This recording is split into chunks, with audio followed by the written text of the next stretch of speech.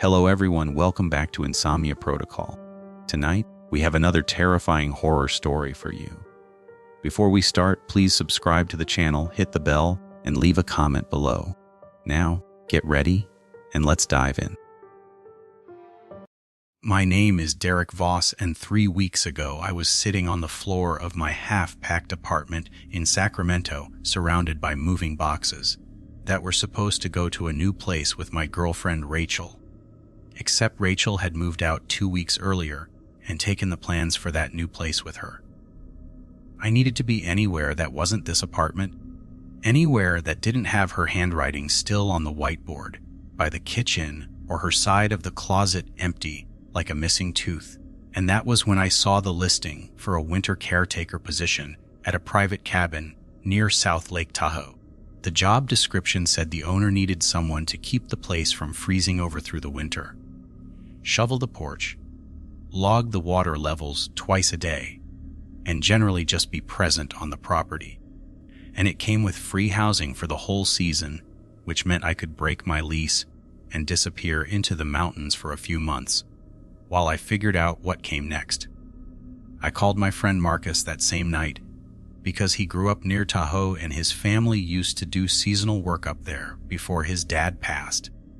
He picked up on the second ring, and I could hear his kid crying in the background before he told her to go find her mother. I told him about the job and read him the listing word for word, the free housing, the dates, the address, which was somewhere off a Forest Service road past Meeks Bay. He got quiet for a second, and then he asked me who was hiring for it. I told him it was a private owner, some guy named Halloran who managed a handful of vacation properties, and the post said the last caretaker had to leave suddenly for a family emergency. Marcus said that address sounded familiar, and he was going to make a call.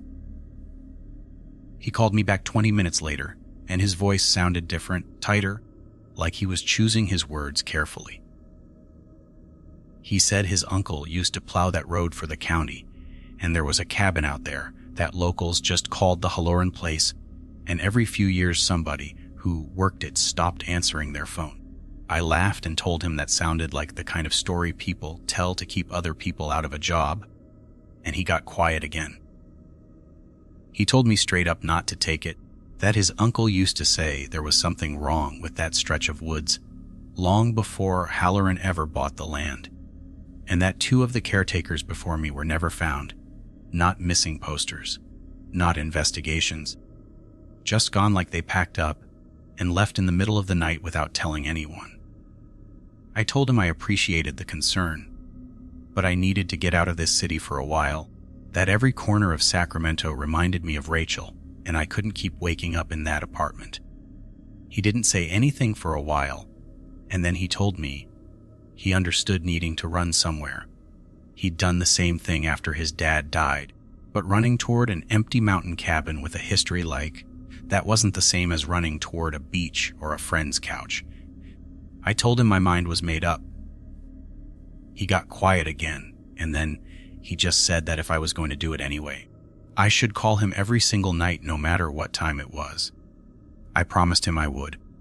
3 days later, I drove up Highway 89 with everything I still cared about crammed into the back of my Civic, and by the time I hit the turnoff for the Forest Service road, the light was already starting to fail behind the ridgeline. The road was worse than I expected, all frozen ruts and pine branches scraping the side mirrors, and I had to creep along at 15 miles an hour for almost 20 minutes before the trees opened up, and I saw the cabin sitting in a clearing with snow banked halfway up the porch steps. It was bigger than I pictured from the photos, 2 stories, dark wood siding, a stone chimney on one end that looked older than the rest of the structure, like it had been built first and the house grew up around it. Mr. Halloran was already there waiting for me, a heavy-set man in his 60s with a thick gray beard and a coat that looked like it had seen 30 winters, standing on the porch with his hands in his pockets.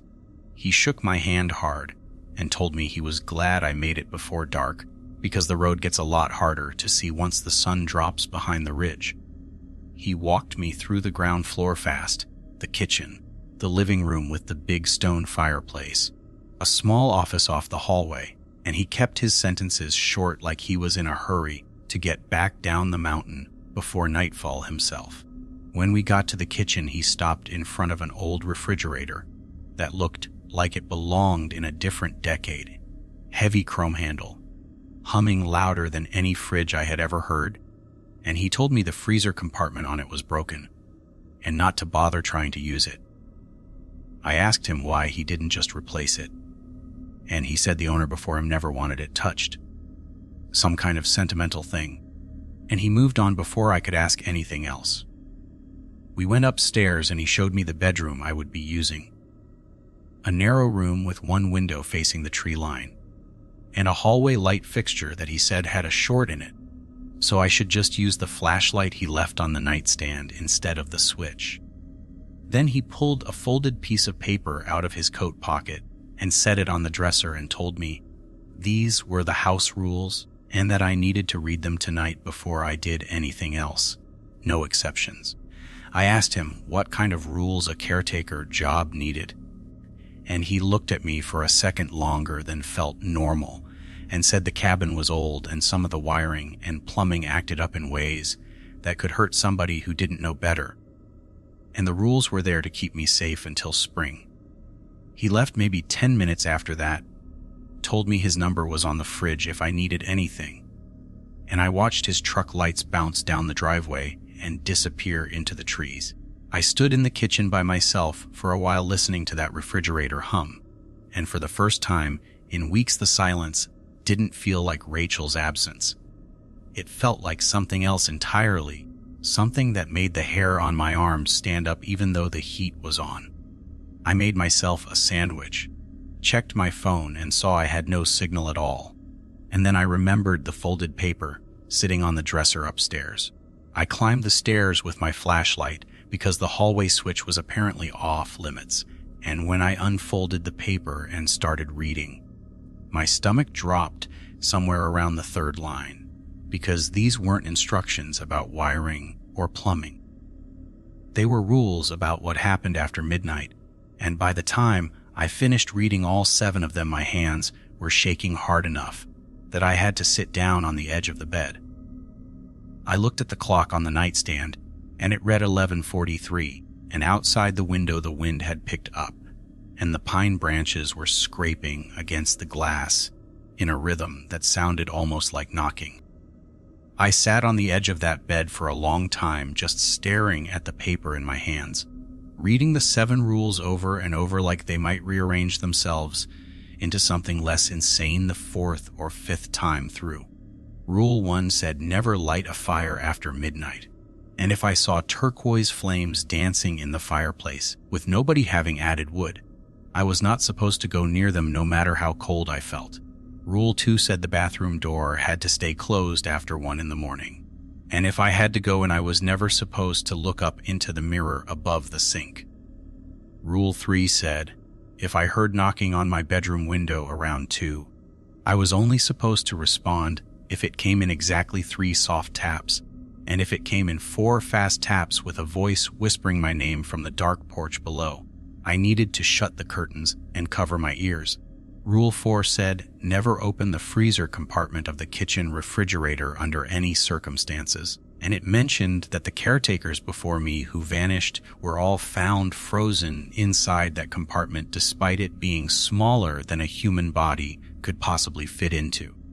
Rule 5 said the landline in the cabin would ring at 3:33 in the morning, even though the service had been disconnected years ago, and I was never supposed to answer it. Rule 6 said never use the hallway light switch on the 2nd floor, only the flashlight, because something clung to that fixture from above and would come down if the light turned on. Rule 7 said when my relief showed up at 6 in the morning, I had to make them set the keys on the table before letting them inside, and if they tossed the keys straight into my hands or their hands were ice cold with no warmth in them, I was supposed to run for the back window instead of opening the door. I read it a 6th time, and then I folded it back up and set it on the nightstand and just sat there breathing. My first thought, the honest first thought, was that this was some kind of elaborate prank that property managers pulled on new caretakers. Maybe something Halloran did to scare people into being extra careful with the place, because scared employees don't burn houses down or leave freezers open. My second thought was Marcus, and the way his voice had gone tight on the phone 3 nights earlier, and the 2 caretakers who were never found. I picked up my phone again out of habit, even though I already knew there was no signal, and the screen just showed the little bars crossed out like it was mocking me. I got up and walked to the window and looked out at the tree line, black against a sky that still had a little purple left in it from the sunset, and the wind was pushing the branches of the closest pine into a slow rhythmic tap against the glass that made my whole body go rigid until I counted it out and confirmed there were 3 taps, then a pause, then 3 more. 3 taps. Rule 3. Just wind. I told myself that was proof the whole list was written by somebody who understood this cabin creaked and groaned and had branches that hit the windows in patterns, and that the real purpose of these rules was probably to keep a jumpy new employee from panicking over ordinary sounds. That thought helped for about 10 minutes. I went back downstairs because I didn't want to be up in that narrow bedroom with the flashlight as my only light source a second longer than I had to. And I stood in the kitchen looking at the refrigerator. It was humming the way it had been since I arrived, low and steady. But every so often the pitch dropped for just a second, like something inside was shifting its weight. And I found myself backing away from it without meaning to. I checked the clock on the microwave. 11:56. I decided the smartest thing I could do was just get through the first night, watch the clock, follow the rules, exactly as written whether I believed them or not, because even if this was a prank, the alternative to following them was either getting fired for burning the house down or looking like an idiot. And if it wasn't a prank, then I didn't want to find out the hard way. I sat at the kitchen table with my back to the wall so I could see both the hallway and the living room, and I watched the fireplace, which was cold and dark, no embers even glowing, exactly the way Halloran had left it before he drove off. Midnight came and went and nothing happened. No flames, no sound from the chimney, just the wind outside and that refrigerator humming behind me. I let myself breathe a little easier, and I thought about calling Marcus, then remembered I had no signal, and made a mental note to check if there was a landline I could use, before I remembered Rule 5 and decided against touching any phone in this house at all tonight. Around 12:30, I got up to use the bathroom down the hall, and I stood in the doorway for a second staring at that door, because Rule 2 didn't take effect until 1 in the morning, which meant I still had 30 minutes of safety, according to whatever logic wrote that list. I went in, washed my hands, and caught myself starting to glance up out of pure habit toward the mirror, before I stopped myself and looked down at the sink instead, my heart hammering for no reason I could explain, since the rule technically didn't apply yet. I splashed water on my face without looking up once and walked straight back out and closed the door behind me the way Rule 2 instructed. By 1:15, I was back at the kitchen table, and I noticed the house had gotten colder, noticeably colder, enough that I could see my breath a little when I exhaled near the window, and I pulled my jacket tighter and told myself the furnace probably cycled down at night to save on propane. At around 1:40, I heard something upstairs that stopped me cold, a soft groan of old wood that could have been the house settling, except it came from directly above the kitchen, right where the hallway with the broken light switch ran past my bedroom door. I sat perfectly still and listened, and the sound didn't repeat.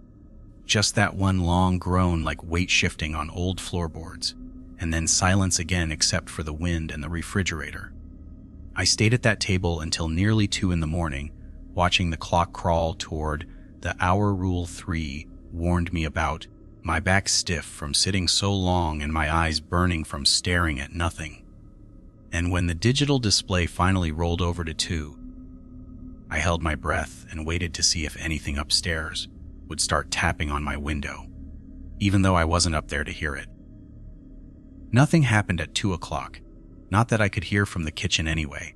And by 2:30 I realized I had been holding myself so tense that my shoulders had started to ache. So I finally let myself relax a little and lean back in the chair. I must have drifted off sometime after that, not really sleeping, more like that half-awake state where you can hear everything around you but your body has stopped fighting to stay upright. And I don't know how long I was in it before something pulled me back to full awareness. It was the humming. The refrigerator had stopped. I sat up straight and looked at the clock. 3:28. The silence in that kitchen was worse than the humming had ever been. A thick kind of quiet that made my own heartbeat sound too loud in my ears. And I found myself staring at the fridge like it might start moving. I thought about Rule 4, about the freezer compartment, and the caretakers who were found inside it, and I got up from the table and walked backward out of the kitchen without turning around, which felt stupid even as I did it. But I didn't care. I stood in the hallway between the kitchen and the living room, and I watched the clock on my phone, since it still worked as a clock even without signal, and I counted down the minutes to 3:33 because there was nothing else to do and because some part of me needed to know if the rest of that list was as real as the wind knocking 3 times on my window had suggested. At 3:32 I heard the floor creak upstairs again, that same long groan from the hallway near my bedroom, and this time it didn't stop after one sound. It continued, slow and deliberate, like something walking heel to toe across old boards, pacing. I pressed myself against the wall at the bottom of the stairs and looked up into the dark stairwell. My flashlight gripped so hard my knuckles hurt, and I didn't turn it on because I didn't want whatever was up there to know exactly where I was standing. The footsteps reached what I guessed was the top of the stairs and stopped. I stood there for what felt like 5 full minutes without moving, without breathing much, staring up into a darkness that didn't move or make another sound. And then my phone screen lit up in my hand, because it had ticked over to 3:33 exactly, and from somewhere deep in the house, from a room I hadn't even fully explored yet, a telephone started ringing. I nearly dropped my flashlight. The sound was old, a real analog bell ring, mechanical and harsh, coming from what I now remembered was the little office off the hallway near the front door. Rule 5. Never pick up when it rings at 3:33. I didn't move from the base of the stairs. I just stood there and let it ring 4 times, 5 times, 6, each ring seeming to get slightly louder, or maybe that was just my nerves stretching every sound in that house into something bigger than it was. Then it stopped mid-ring, cutting off in a way that felt unnatural, like someone had physically pressed down on the receiver, instead of it simply reaching the end of its cycle. The silence that followed was total. No footsteps upstairs. No humming from the kitchen. No wind against the windows that I could hear from where I stood. I don't know how long I stayed frozen in that hallway, but eventually the refrigerator kicked back on, with a low mechanical shudder that made me jump so hard I hit my elbow against the stair railing, and the ordinary hum filling the kitchen again felt, for the first time since I arrived, like the most comforting sound in the world. I checked my phone. 3:51.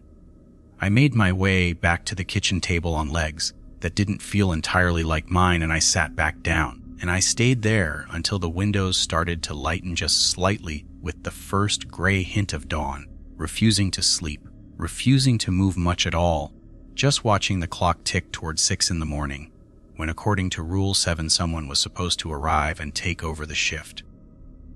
Around 5:45 I heard tires on the gravel outside, slow crunching over the frozen ruts of the driveway, and headlights swept briefly across the living room curtains before cutting off. I stood up from the table so fast my chair scraped loud against the floor, and I went to the front window and looked out through a gap in the curtain, and there was a figure walking up toward the porch, tall, wearing a heavy jacket with the hood up against the cold, and for one horrible second before they got close enough for the porch light to catch their face, I thought about Rule 7 and how it warned me about someone wearing the shape of a person I trusted. I didn't know this person from Halloran's brief introduction the night before. He hadn't mentioned a coworker's name, and my heart was pounding so hard I could feel it in my throat as I watched the figure climb the porch steps. I remembered the instruction.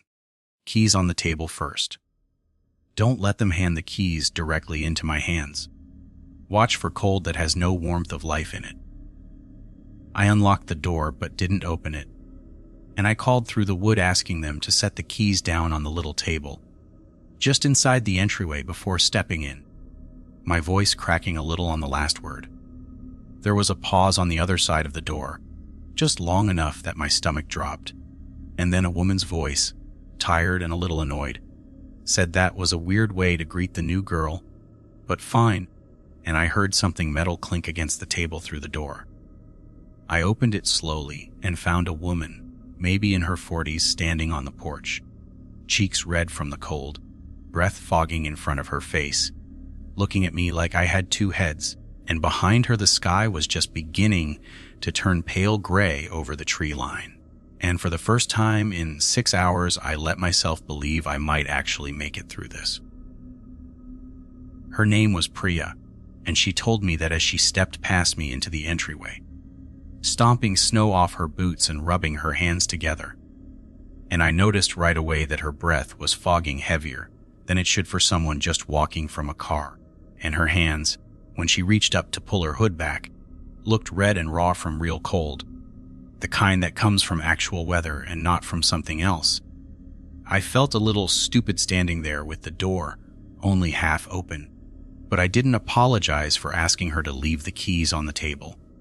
I just watched her hang her coat on the hook by the door and asked if I could get her some coffee, and she said that would be great. She'd been driving since 4:30. We sat in the kitchen while I made a pot on the old stovetop percolator Halloran had shown me the night before. And Priya told me she'd been doing the day shift here for almost 3 weeks, coming up from her place near Truckee every morning and heading back down before it got dark. And she said it with a kind of flatness that made me think she chose those hours very deliberately. I asked her, trying to sound casual even though my hands were still a little unsteady from the last 6 hours, whether Halloran had given her a list of rules too when she started. She looked at me over the rim of her coffee mug for a second before she answered, and then she just said everybody who works this place gets the same paper, and she asked if I'd read mine yet. I told her I had, and I asked her straight out if she'd ever seen anything happen. Any of it, the fireplace or the mirror or the footsteps upstairs. She was quiet for a moment, turning her mug slowly on the table, and then she told me she'd never stayed past dark, not once in 3 weeks, because her predecessor on the day shift warned her not to. The same way I guess somebody probably should have warned the caretaker before me, but maybe didn't get the chance. She said the day itself was fine, completely normal, sunlight, birds, ordinary chores, and that whatever was in this house only seemed to wake up once the light started to fail, which was exactly why the schedule was split the way it was, 12 hours of day and 12 of night, and why nobody in Halloran's employment ever seemed to last longer than a season doing the night half. I asked her what happened to the caretaker before me, the one who had the family emergency according to the listing, and she set her mug down and looked at me for a long moment before she said there wasn't any family emergency, that the guy's name was Colton, and he had been fine, cheerful even, right up until about 10 days into the job, and then one morning she'd arrived at 6 and there was no answer at the door and no car in the driveway, only his phone left charging on the kitchen counter and his coat still hanging by the door. She said Halloran filed a missing persons report, but nothing ever came of it, no body, no leads, and after a week Halloran just quietly started interviewing for a replacement like it was routine.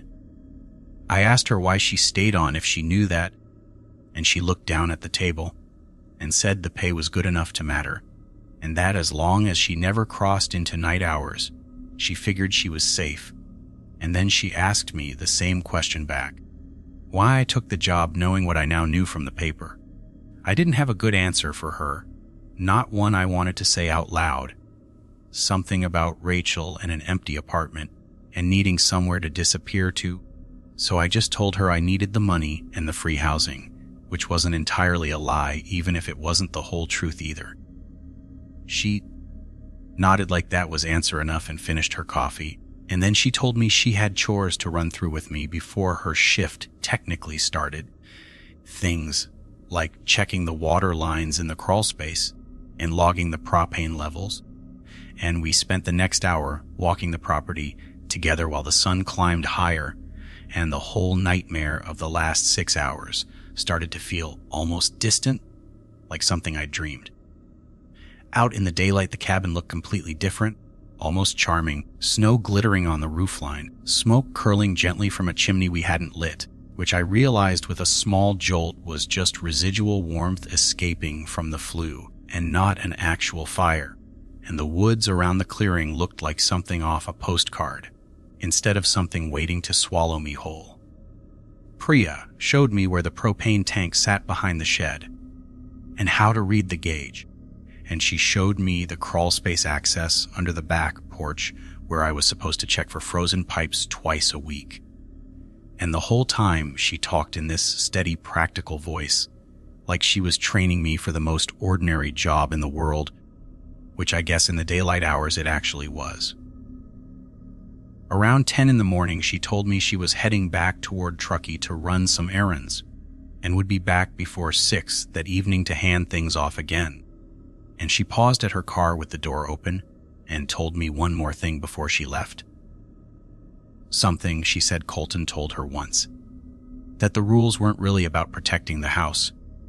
They were about protecting whoever came after him, and that he'd started saying it like it mattered to him more than the job itself did. I asked her what she thought he meant by that, and she just shrugged and said she didn't know, that Colton got quieter in his last few days. More careful, checking locks twice and writing things down in a little notebook he carried around, and that she wished now she had asked him more questions. While she still could, she drove off down the driveway, and I stood there in the cold morning air, watching her taillights disappear into the trees. And then I turned around and looked up at the cabin, at the dark windows on the second floor, at the chimney sitting quiet and cold against a bright winter sky, and I thought about Colton's notebook, and I wondered if it was still somewhere in this house.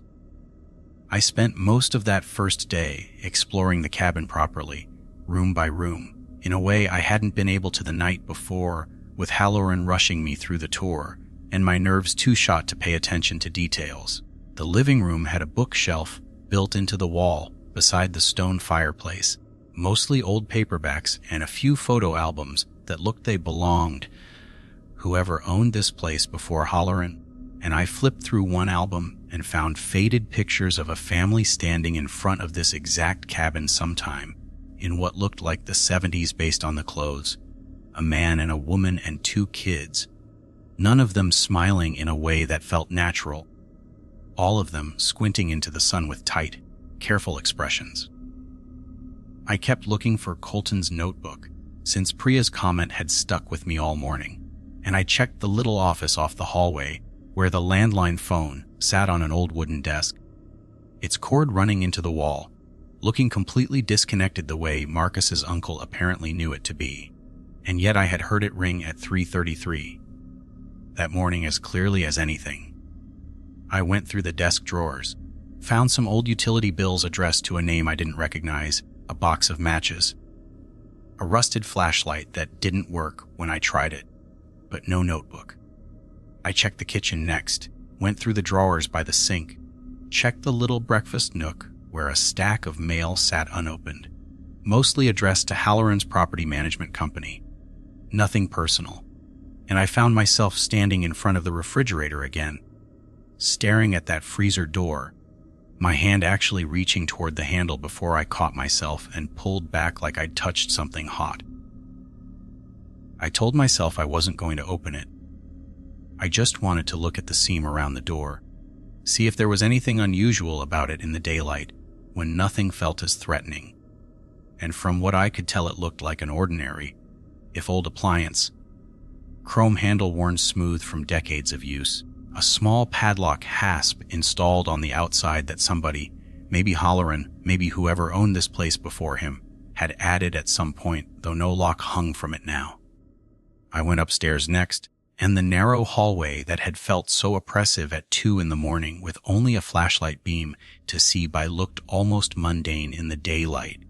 Faded wallpaper with a pattern of pine cones, a worn runner rug down the center, and the light fixture Halloran had warned me about sitting dark and dusty in the ceiling, an old glass dome that hadn't been cleaned in years judging by the dead insects visible inside it.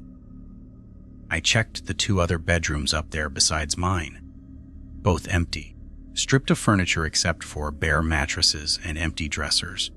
And in the second one, tucked behind the dresser where it had apparently fallen or been shoved, I found a spiral notebook with a water-stained cover.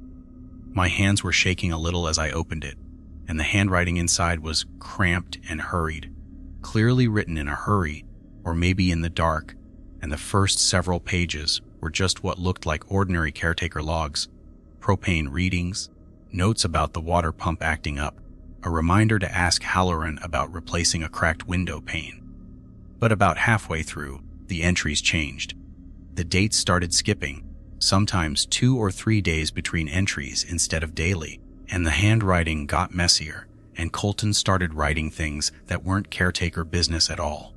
One entry said he'd counted the knocks on his window 3 nights running, and they'd always been 3, exactly 3, until the 4th night when they came in 4. And he said he didn't answer.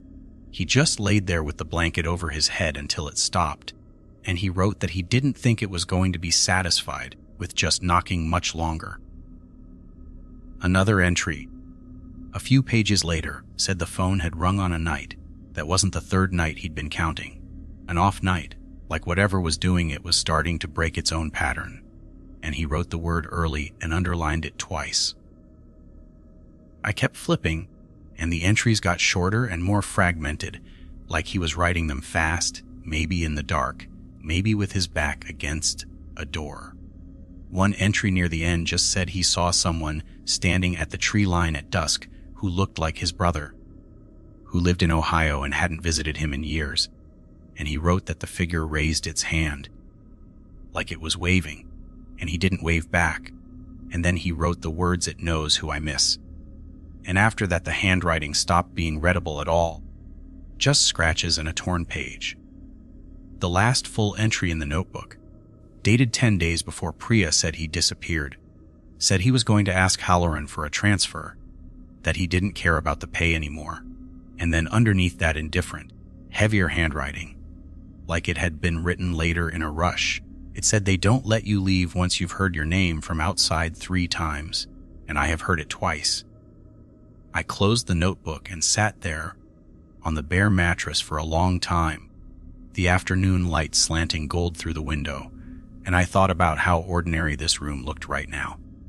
How impossible it seemed that anything bad could happen inside 4 walls this plain and dusty. And I thought about Colton counting knocks in the dark with a blanket over his head. I put the notebook in my jacket pocket because I decided I wanted it with me, some proof this was real and not just my imagination running wild in an unfamiliar house. And I went back downstairs to wait for Priya to return, watching the sun start its slow drop toward the ridgeline, counting the hours until dark the way I imagined Colton must have counted them too, right up until the day the counting stopped. Priya came back a little before 6, just like she said she would, and I met her at the door with the notebook already in my hand, and I watched her face change when she saw what it was, like she recognized it immediately even from across the entryway. She asked where I found it, and I told her, behind the dresser in the 2nd bedroom, and she took it from me carefully, almost reverently, and flipped through a few pages before handing it back like it had gotten too heavy to hold. She said Halloran had looked for that notebook after Colton disappeared, had torn through the whole cabin for it actually, and when he couldn't find it he told her it probably didn't matter That Colton probably just walked off into the woods in some kind of breakdown, and the notebook was just going to be sad reading anyway, not evidence of anything.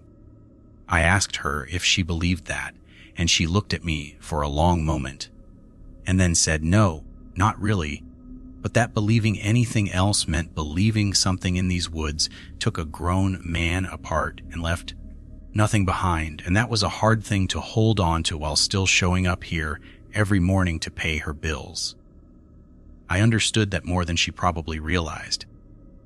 I told her about Colton's last entries, about hearing his name from outside 3 times, and about the figure at the tree line that looked like his brother, and her face went pale in the fading light. She said she needed to head back before dark, same as always, and she looked at me for a second, like she wanted to say something else. Maybe tell me to quit. Maybe apologize for not warning me sooner. But instead, she just told me to be careful and to call Halloran on his cell if anything happened. Though we both knew there was no signal up here to make that call. I watched her drive off again, same as that morning. Taillights disappearing into trees that were already sinking into shadow, even though it wasn't yet 5:30, and I stood on the porch a minute longer than I needed to, feeling the cold settle into my jacket before I went back inside and locked the door behind me. I spent the next few hours trying to keep myself busy, going through the chore list Priya had left, checking the propane gauge again. Even though I'd already checked it that morning, anything to keep my hands moving and my mind from drifting back to that notebook, sitting on the kitchen table where I'd left it. Around 8 I made dinner, canned soup heated on the stove, and I ate it standing up at the counter, because sitting at the table meant sitting near that notebook, and even closed it felt like it was radiating something, some kind of weight that made the whole kitchen feel smaller. I thought about calling this whole thing off, packing my car right then and driving down the mountain in the dark, and I actually got as far as picking my keys up off the hook by the door before I stopped myself and thought about what waited for me back in Sacramento, an apartment I could barely afford alone, a lease I'd need to break, and nothing else. No plan, no direction, nothing but the same empty rooms that reminded me of Rachel every single day. I put the keys back on the hook. I told myself I could handle one more night, that I'd learn things today that would help me survive it. That knowledge was better than the blind fear I'd had the night before. By 10 o'clock, I had set myself up at the kitchen table again. Same position as the previous night, back to the wall, clear view of the hallway and the living room. My flashlight beside me along with Colton's notebook, which I kept close now not because I wanted to read it again, but because it felt like it belonged with me, like leaving it somewhere else in the house felt wrong. The fireplace sat cold and dark across the room, exactly as it should, and I watched it for a long while, thinking about turquoise flames and reaching hands, and I found myself grateful that Rule 1 was the simplest of all of them to follow, since all it asked was that I not do something I had no intention of doing anyway. Around 11 the temperature in the house started dropping again, same as the night before, and I pulled my jacket tighter and watched my breath start to fog faintly in the kitchen light. At 11:40, I heard something I hadn't heard the previous night, a soft scraping sound, coming from the direction of the living room, slow and rhythmic, like something being dragged across the wood floor, and I froze at the table and turned my head slowly toward the sound. The scraping stopped right as I focused on it, and the room went silent except for the refrigerator's hum, and I sat there straining to hear anything else, my pulse loud in my own ears, until I finally convinced myself it had been a branch outside scraping against a window I couldn't see from where I sat. Midnight came and went without the fireplace lighting, which was a relief that felt almost physical, a loosening in my chest I hadn't realized I was holding. I checked my phone for the time obsessively over the next hour, watching it crawl toward 1 o'clock, and when it hit exactly 1 I got up and walked to the bathroom, following the same pattern as the night before, going in, washing my hands, keeping my eyes down and away from the mirror, above the sink the entire time. my heart hammering the whole 30 seconds I was in there. I came back out and closed the door firmly behind me, and I noticed as I turned back toward the kitchen that the hallway felt colder than the rest of the house. A pocket of cold air right around the bathroom door that hadn't been there the night before, and I hurried past it without looking back. By 2 a.m, I was back at the table, waiting for whatever Rule 3 might bring, listening for taps against my bedroom window, even from downstairs, though I knew realistically I wouldn't hear them from here. And I found myself wondering if that had been Colton's mistake.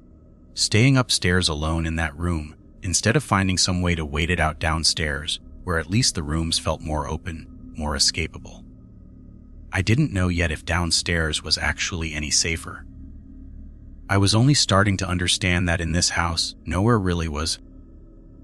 2 o'clock passed without incident, at least as far as I could tell from the kitchen.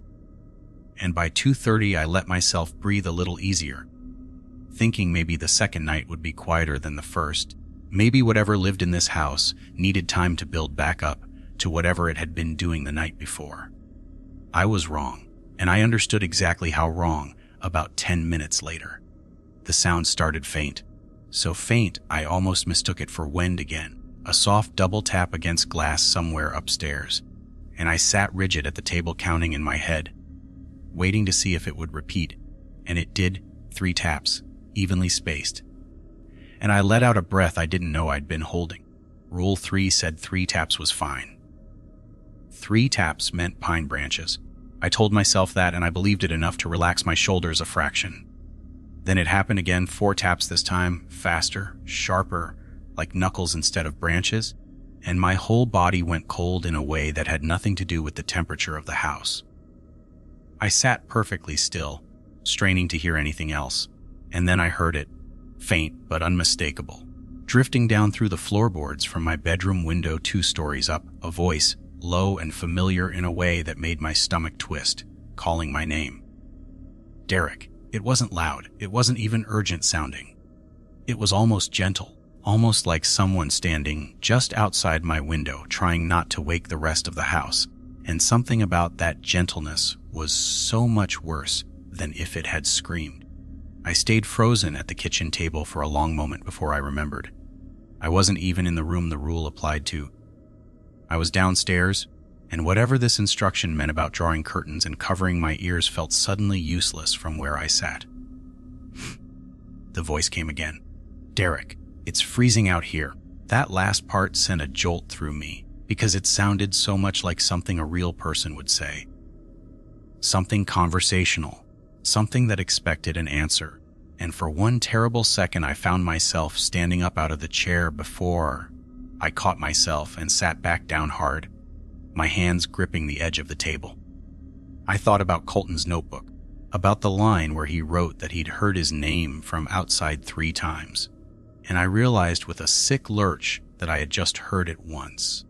I stayed at that table without moving for what felt like an hour, but was probably only 15 minutes according to my phone, and the voice didn't call again, and the tapping didn't return either. And eventually the ordinary sounds of the house settled back around me. The refrigerator, the wind, my own breathing, until it was hard to believe I'd heard anything at all.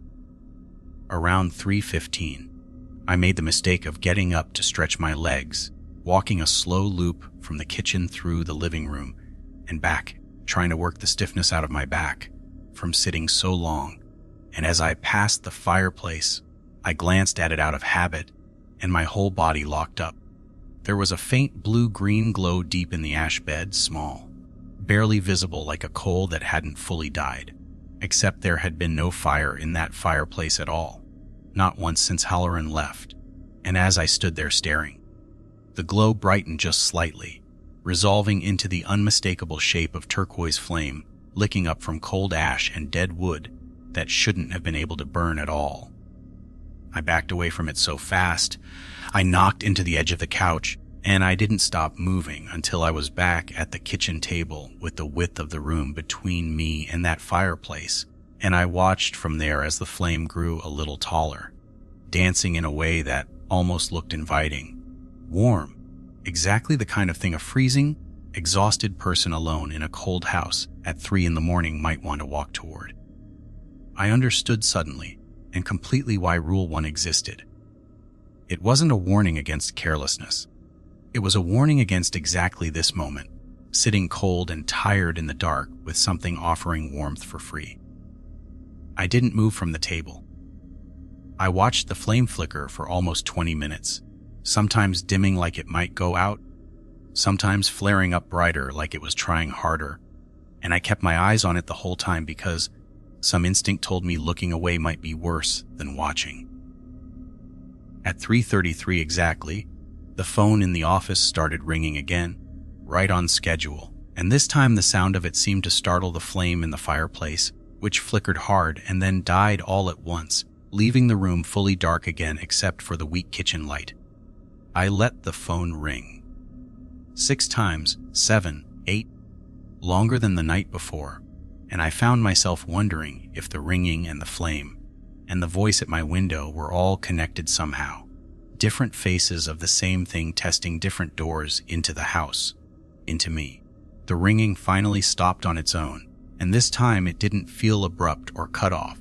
It just faded out naturally, like whatever was on the other end had simply given up for the night. I sat at that table until dawn again, watching the windows slowly lighten, and by the time I heard tires on the gravel driveway around 5:45, I had started to shake, not from cold but from something closer to exhaustion mixed with the specific kind of fear that doesn't fully leave your body even after the danger passes. I went to the door and waited, remembering Rule 7, and I called out for Priya to set the keys on the table before stepping inside, and there was a pause, and then her tired voice answered back asking if we were really doing this every single morning. And I heard the keys clink against the wood, and I opened the door to find her standing there in the gray morning light, looking as exhausted as I felt, and I had never been so relieved to see another person's face in my entire life. Priya took one look at me standing in the doorway and asked what happened, and I told her everything while she made coffee. The voice at the window, the flames in the fireplace, the phone ringing longer than the first night, and she listened without interrupting, her jaw getting tighter with every detail. When I finished, she was quiet for a long moment, stirring her coffee, even though there was nothing left to stir, and then she said something that made my stomach drop all over again, that none of what I described sounded random to her. It sounded like it was getting closer to actually reaching me instead of just testing the rules from a distance. I asked her what she meant, and she said in 3 weeks of hearing second-hand stories about this place, nobody had ever mentioned the voice getting an answer back, the flame growing brighter over time, the phone ringing longer, and she said, maybe that was because most caretakers didn't last long enough for a pattern like that to show itself. That thought sat between us on the table like something physical.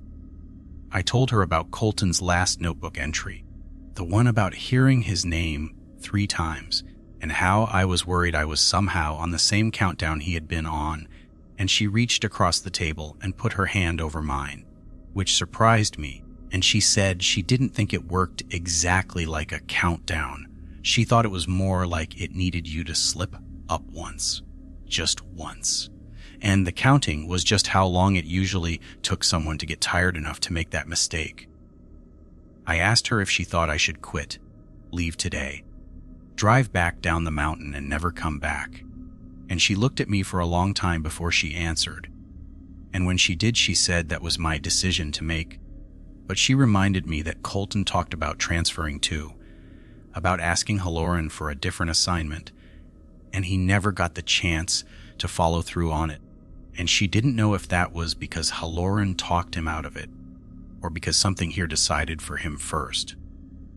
I sat with that for a while, turning my coffee mug in slow circles the way she had earlier, and eventually I told her I wanted to try calling Halloran, in person if I had to, and ask him directly what he knew, because I was tired of learning things secondhand from a dead man's notebook and a woman who only worked the safe half of the day. She said that sounded fair and offered to drive me into town herself since her car got better reception than mine on the way down. And we left within the hour, leaving the cabin locked up behind us in broad daylight, which felt like the safest thing I had done since arriving. The drive down to where Halloran kept his little property management office, above a hardware store in the closest town, took almost 40 minutes, and Priya filled the silence by telling me more about herself, that she used to work retail before this, that the caretaking gig paid enough that she was finally saving a little money for the first time in years, and I found myself grateful for the ordinary conversation, for a version of this whole situation that felt almost normal. Halloran's office was small, just a desk and a filing cabinet, and a window looking out over the main street. And when we walked in, he looked up from his paperwork, and his expression shifted through surprise, then something that looked almost like guilt, before settling into a careful neutral. I didn't waste time. I told him I found Colton's notebook, and I told him what was in it, and I asked him straight out if he had known, really known, what happens in that cabin at night, or if he genuinely believed Colton just walked off into the woods. He was quiet for a long moment, looking down at his desk, and then he asked us to sit, and he told us the cabin had been in his family for 3 generations, that his grandfather built the original stone chimney back in the 1930s, and that as far back as anyone in his family could remember, something had lived alongside it, something that predated the cabin itself and had simply been built around instead of removed. He said his grandfather wrote the original 7 rules after losing 2 hired hands in the same winter, and every owner since had kept them, updated them slightly as the house changed, added the freezer rule after the refrigerator was installed decades later, and that the rules genuinely worked, that anyone who followed them precisely made it through their contract just fine. I asked him about the caretakers who disappeared anyway, and his face went tight, and he admitted that sometimes people got tired, or scared, or curious, and made one mistake, just one, and that was always enough. He said he kept renting the position because the family needed the income the property still generated from occasional summer guests, and because some irrational part of him believed that if the cabin always had somebody there through the winter following the rules, it stayed satisfied, stayed contained, and he genuinely didn't know what would happen if the house sat empty through a whole season for the first time in 90 years. I asked him if he cared at all about the people he hired, or if we were just there to keep something fed and quiet, and he looked genuinely stung by that, and he said he cared, that Colton's disappearance haunted him more than I probably understood, but that he didn't know what else to do besides keep hiring, keep warning people as clearly as he could, and hope this time would be different. Priya asked him directly if there was any way to end it for good, tear the place down, burn it, anything, and Halloran looked at her like she had suggested something he had turned over in his own mind 100 times, and he said his grandfather tried something like that once decades ago, and it went so badly that nobody in the family ever attempted it again. He wouldn't say more about what happened, just that it was the reason the rules existed at all in their current form, and he told me if I wanted to quit right now, today, he would drive up himself and get my things, and I would still get paid for the nights I had already worked. I sat there for a long moment, thinking about that empty apartment in Sacramento, thinking about Colton's handwriting getting worse, and worse across the pages of that notebook, thinking about the gentle voice outside my window saying it was freezing out here like it genuinely expected me to open that curtain and let it in. I told him I would finish the season. I don't fully know why I said it. Maybe it was pride. Maybe it was the fact that turning around now felt like would somehow undo whatever thin margin of safety I had built up over 2 nights of following the rules exactly. Or maybe some part of me had started to feel like leaving without understanding what this thing actually would just mean, carrying the fear of it with me forever instead of leaving it behind in the mountains where it belonged. Halloran looked relieved and guilty at the same time, and he told me if I noticed anything that didn't match the 7 rules, anything new, I should write it down the way Colton had, and get word to him however I could, even if it meant driving into town myself. He also told me something he hadn't mentioned the first night, something he said he probably should have led with, which was that the rules occasionally shifted slightly from caretaker to caretaker. Small variations in timing or detail, and his grandfather's theory had always been that the house adjusted itself a little to whoever was staying in it, learning their habits, their fears, their weak points, which was why the paper he gave each new hire was updated by hand instead of printed once and reused. That didn't make me feel better. If anything, it explained why the voice at my window had said something so specific, so exactly the kind of thing that would tempt someone standing in a cold kitchen at 3 in the morning. Priya drove me back up the mountain in the early afternoon, and the sunlight through the trees felt thin and temporary.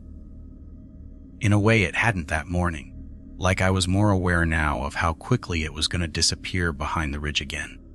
She dropped me at the cabin and told me she'd see me at 6, same as always, and I stood on the porch and watched her car disappear before I let myself go back inside. I spent the rest of the daylight hours doing something I hadn't done yet, which was writing everything down myself, every detail I could remember from both nights, in a fresh notebook I found in the office desk. Because if something happened to me, I wanted there to be more than just Colton's fragmented pages for whoever came next. I also went looking, more carefully this time, for anything else the house might be hiding, and in a locked cabinet in the office, which I finally managed to pry open with a screwdriver from the kitchen drawer, I found a stack of older papers, brittle and yellowed, that looked like they'd been there for decades. They were older versions of the rules, in different handwriting, some in what I guessed was Halloran's grandfather's hand, based on the old-fashioned cursive, and reading through them I realized the core 7 had barely changed over 90 years, just small adjustments in wording, which told me whatever this pattern was, it had been remarkably consistent for a very long time. One older sheet, separate from the rest, wasn't a rule at all. It was a shorter note, just a few lines, and it said that the thing in the house had a name once, generations ago, before it became whatever it was now, and that naming it out loud seemed to draw its attention faster than anything else a person could do.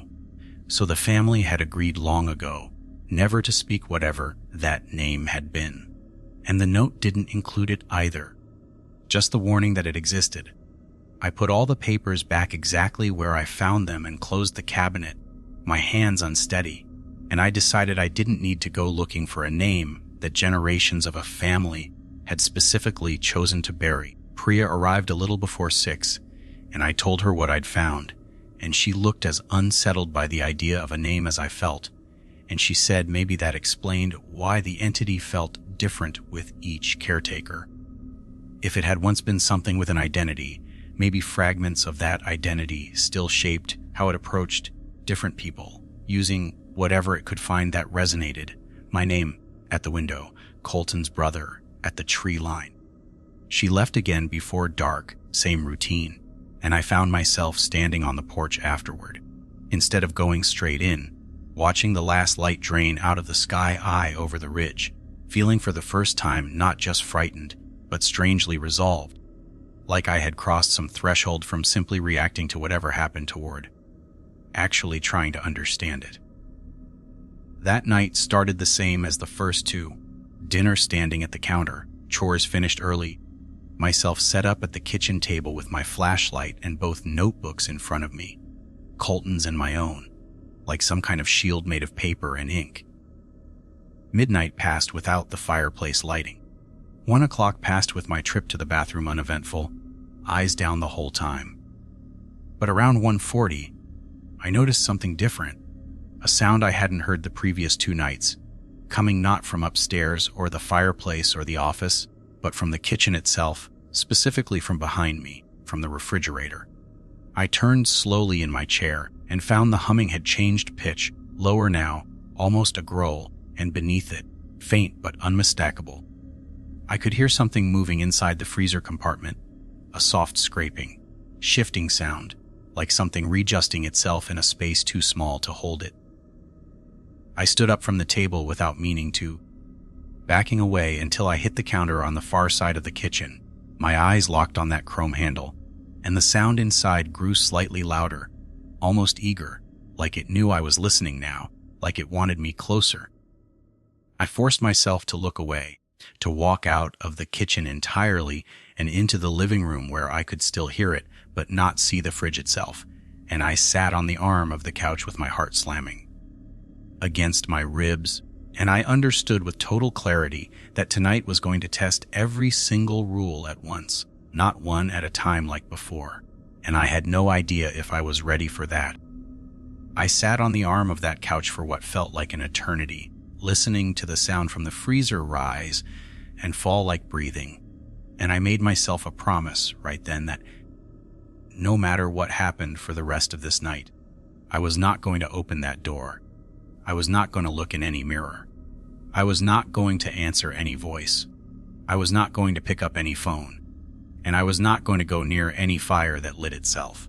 Around 2 a.m, the scraping from the kitchen finally stopped, all at once, like something had settled back into stillness. And in the silence that followed, I heard the first knock against my bedroom window, 2 floors above me, faint through the ceiling but unmistakable. 1 tap, a pause, then 2 more, 3 total. I let out a breath and told myself it was just the wind again, the way it had been the very first night, and I almost believed it until a 4th tap followed a few seconds later, sharp and deliberate, nothing like the rhythm of branches in wind. Then the voice came, but this time it wasn't calling my name from outside the window like before.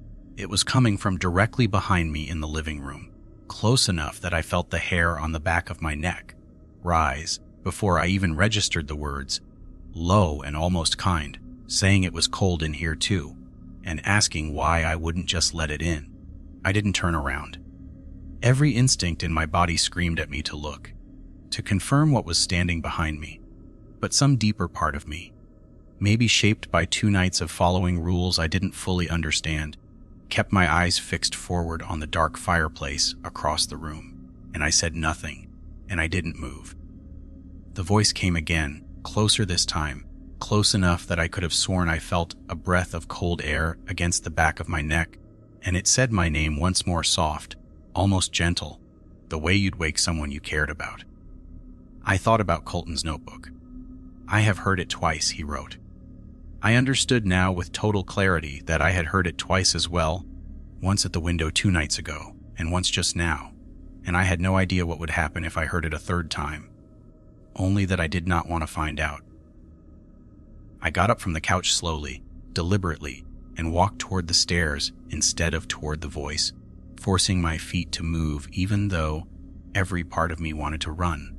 And I climbed those stairs with my flashlight aimed straight ahead, refusing to look at the dark light fixture in the hallway, even as I passed directly beneath it. I reached my bedroom and I did not go to the window. I did not pull back the curtain to see what waited outside. I simply sat down on the far side of the bed, as far from the glass as the small room allowed, and I pulled my knees up and wrapped my arms around them and waited. The tapping continued for a while, softer now, almost thoughtful, like something testing the glass to see how thick it was, and eventually it stopped, and I sat in that silence straining to hear anything else, the floorboards, the wind, my own pulse pounding in my ears.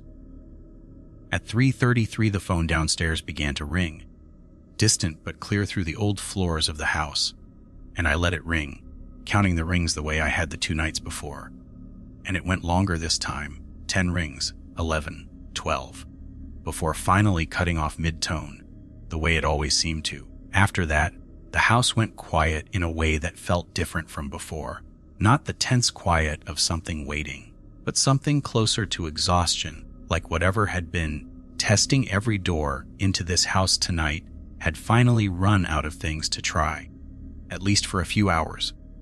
I stayed awake until the windows began to lighten, and around 5:45 I heard the familiar sound of tires on gravel, and I made my way downstairs on legs that felt hollow with exhaustion. And I opened the door only after Priya set the keys on the table exactly the way the rule required. And when I saw her face in the gray morning light, I had never felt so grateful for the simple fact of daylight. I told her everything over coffee, the voice behind me in the living room, hearing my name a second time, the sound in the freezer. And she listened with an expression that had stopped being surprised and settled into something more like grim understanding. And she told me that if I made it through nights like that and was still sitting here telling her about it calmly, then whatever I was doing was working, that the rules followed exactly really did seem to be enough. I don't know if I believe the cabin will ever fully let me go. Even now, weeks later, even on the mornings when the daylight feels solid and the woods look like nothing more than trees, because I still hear that voice sometimes in the quiet moments right before sleep, still gentle, still patient, asking why I won't just let it in. But I have learned the rhythm of this place now, the 3 knocks and the 4, the ring that always comes at the same impossible hour, the freezer that hums louder when it wants something, the flame that only rises for those too tired or too cold to remember why they shouldn't reach for it. I finished that winter. I don't know yet if I'll come back next season. And some nights I think about Colton's notebook sitting in a drawer in my new apartment, a reminder of how close the line runs between making it through and becoming another name nobody ever finds. But for now, I follow the 7 rules exactly every single night. And for now, that has been enough to keep me on this side of the door.